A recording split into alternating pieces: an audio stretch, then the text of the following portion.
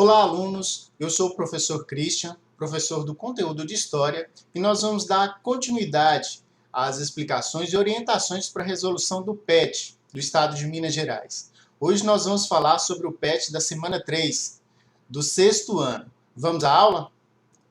Então, na semana 3, de unidade temática Registros da História, Linguagens e Culturas, nós temos como objetivo do conhecimento o surgimento da escrita e a noção de fonte para a transmissão de saberes, culturas e histórias.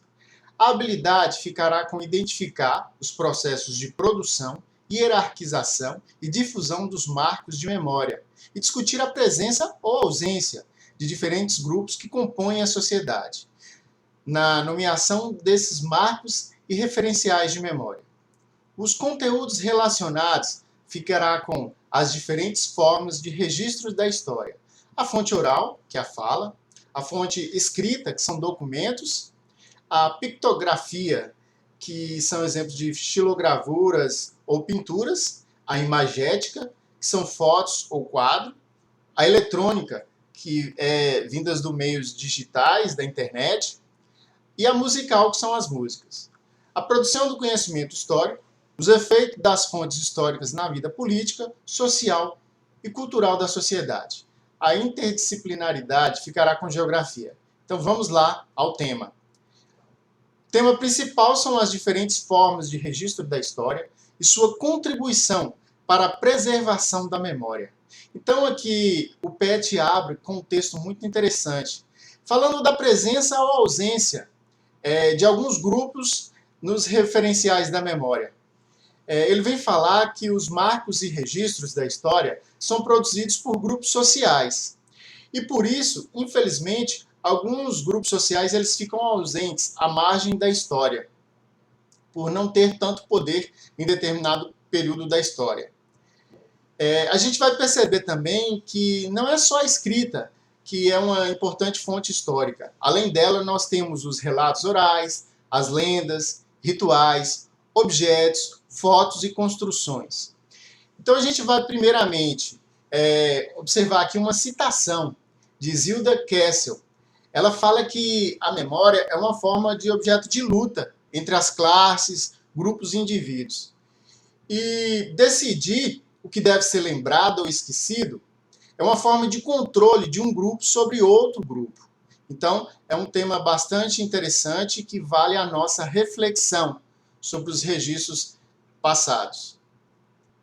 Vamos agora a um mapa mental sobre as fontes históricas. Primeiramente, ele vem dar um conceito de fontes históricas, que são vestígios produzidos pelas pessoas na sua passagem pela Terra e usados pelos historiadores para construir um conhecimento sobre a história. Então, as fontes históricas são muito importantes para os historiadores e pesquisadores, pois é através dela que eles vão demarcar, que eles vão indicar na história os acontecimentos ocorridos.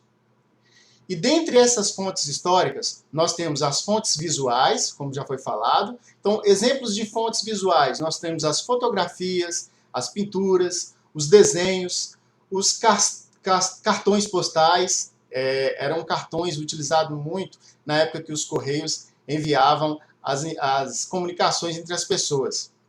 Nós temos a escrita através de cédulas de identidade, diários e leis. As fontes orais, que são cantigas, lendas, entrevistas, os causos, culturalmente falando na história. A cultura material, que são brinquedos, móveis, vestimentos, então tudo aquilo que a gente pode pegar, são objetos. Nós temos aqui sugestões para saber mais do filme O Doador de Memória, nós temos um documentário sobre Museu Conta a História, sugestões de videoaula, de marco de memória, e as sugestões também de um site para que vocês possam aprofundar seus conhecimentos do Brasil Escola. Então são fontes muito interessantes que vocês podem utilizar aí para o crescimento, o conhecimento de todos vocês. Vamos agora para as atividades. Na questão número 1, ele pergunta: por que as fontes históricas são importantes para o estudo da história? Justifique sua resposta. Então, pelo que nós falamos, pelo que vocês irão estudar, vamos responder essa questão. Qual a importância das fontes históricas para a história, para o historiador. Então vamos justificar dizendo o porquê. Na questão número 2, identifique em sua casa um documento, um objeto, qualquer objeto bastante antigo que vocês utilizam ou utilizaram, ou um artigo que seja uma fonte histórica de seu contexto familiar, isto é, que revele dados, insumos, informações, um objeto antigo, uma máquina de escrever ou uma máquina de costura, qualquer coisa que traz uma identificação, que faz referência à sua família. Sua avó utilizou, seu avô, seus pais, e que ele lhe permite constar sobre sua família. Qual é o valor desse objeto para você e para seus familiares, se tem um valor sentimental ou não, partindo da diversidade de histórias e contextos apresentados pelos objetos. Reflita sobre a importância e o valor das histórias que podem existir por trás de um simples elemento. E a questão número 3, leia a letra da música a seguir, que pode ser usada como fonte histórica. Então é um canto de Clara Nunes, ele vem falar sobre a questão das etnias, né, do índio, do negro. É um canto bem interessante, vale a pena a gente fazer a leitura aí. Depois que vocês fazerem a leitura, podem até pesquisar na internet a música para escutar. Ao analisarmos uma fonte histórica, como é o caso dessa música, é possível perceber qual era a intenção de sua produção e o que ela pode nos revelar sobre o passado. Justifique sua resposta.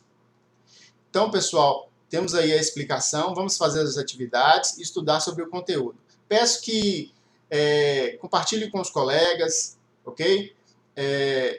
E para que a gente possa difundir o nosso aprendizado entre os colegas e espalhar todo esse aprofundamento dos estudos. Então, um forte abraço e até a próxima.